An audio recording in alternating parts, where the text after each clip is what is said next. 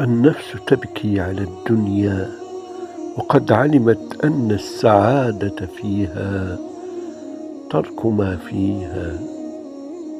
لا دار للمرء بعد الموت يسكنها إلا التي كان قبل الموت يبنيها، فإن بناها بخير طاب مسكنه، وإن بناها بشر خاب بانيها.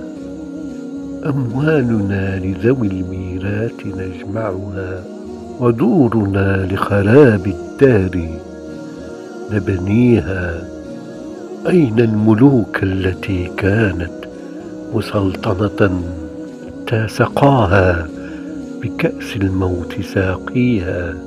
فكم مدائن في الآفاق قد بنيت أمست خرابا وأفنى الموت أهليها.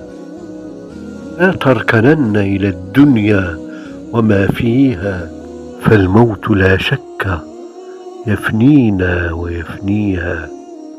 لكل نفس وإن كانت على وجل من المنية آمال تقويها. المرء يبسطها والدهر يقبضها، النفس تنشرها والموت يطويها.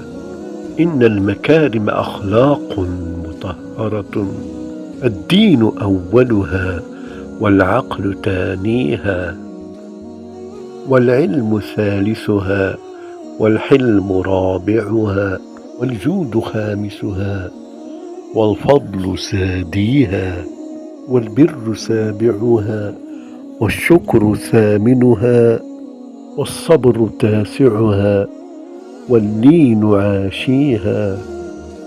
والنفس تعلم أني لا أصادقها، لست أرشد إلا حين أعصيها.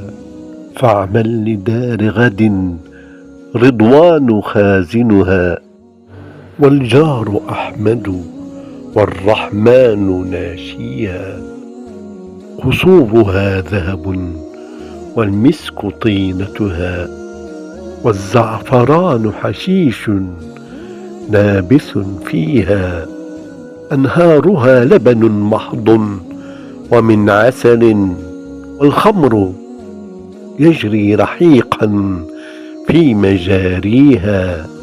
الطير تجري على الأغصان عاكفة، تسبح الله جهرا في مغانيها.